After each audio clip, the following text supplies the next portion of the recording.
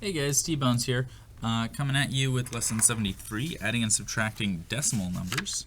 Okay, so decimal numbers are basically the same as any other number.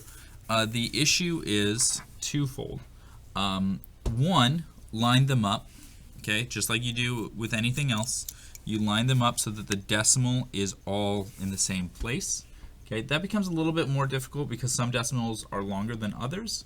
And you do not, right, so if I had 54 plus 2, right, I line them up so that they're all facing the furthest to the right, okay? I don't do 54 plus 2, right, that doesn't work.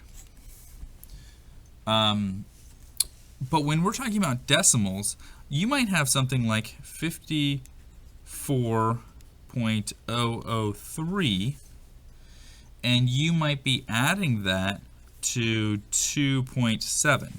Okay? You have to line it up to the decimal. If you did 54.003 and you added it up to 2.7 this way, okay, you would get a very, very different number. Okay? You would get the 7 and 3 would add in, and that would give you a 10. Go up there, right? And that would get you 3. And then you have 54.030. Okay? Very small. Over here, though, if you did it the correct way, that 3, you could add zeros here to make it easy. You drop down that 3, 0, 7, 6, and 5. Okay? So, very different numbers there. So you definitely want to make sure that decimal is all in a row. That's where you line it up. Okay? That's the most important thing. Here we're doing area of a triangle. Just add them all up. Okay? Just basic addition. You just need to make sure the decimal is in the same spot all the way through. They show you a little bit about this. You can always add a 0 here if that makes it easier for you. Okay? I'll go ahead and be doing these. They're already set up for you too, which is nice. Your written practice is just 1 through 10 all. Okay. So go ahead and give it a shot. Work on your lesson practice. Make sure you did your problem solving, your mental math. If you get stuck, come on back here and I'll help you with the lesson practice. Okay, so here we are. Whenever I'm doing especially 3 numbers, I look for 10s first. So that right there is a 10, and that 4. 6, 7, 8, 9, 10, and then that 11. Okay, so and that's 2, 21.4. We can add in zeros if we want, but we can also skip it. So that's 9, and then over here we have a 10 here, and that 5. Decimal drops down, 4, 5, 6, 7. Over here, that 2. 5 and 6 is 11, plus 7 is 18. 9, 10, 11, 12, 13, 14, 15. Decimal 5, 1, 1, 1, 2. Subtract. Okay, same deal as any other subtraction, except that you got a decimal in there. So I have to turn this into a 5 to turn that into 14. 14 minus 6 is going to give me 8.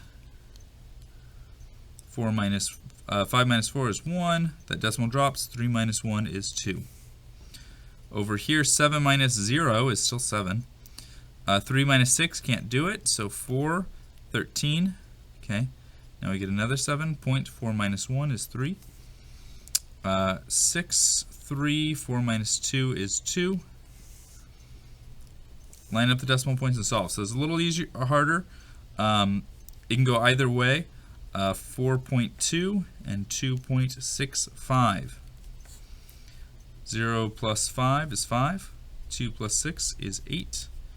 And 6. Over here, we have 4.50. 5 minus 0 is 5. 7 minus 5 is 2. 6 minus 4 is 2. Okay, there you go. Oh, this side too. Estimate the perimeter of the square. I guess you don't need to estimate, you could just add it all up. But it's 2.4, and you can either add 2.4, 2.4, 2.4, add it 4 times, or you can multiply it by 4 times 4. Sorry guys.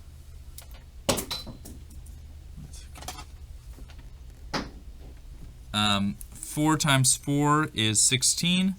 4 times 2 is 8. 9. That's 96. Except that decimal, since there's one decimal here, it just goes down. Okay, a little bit different, but the perimeter is 9.6. Over here, the distance from Rodrigo's house to school is 0.8 miles. How far does Rodrigo travel going from his school, house to school and back again? So that'd be 0.8 plus 0.8. So you would get 1.6. Okay. All right. That is your work. Have a good one, my dudes.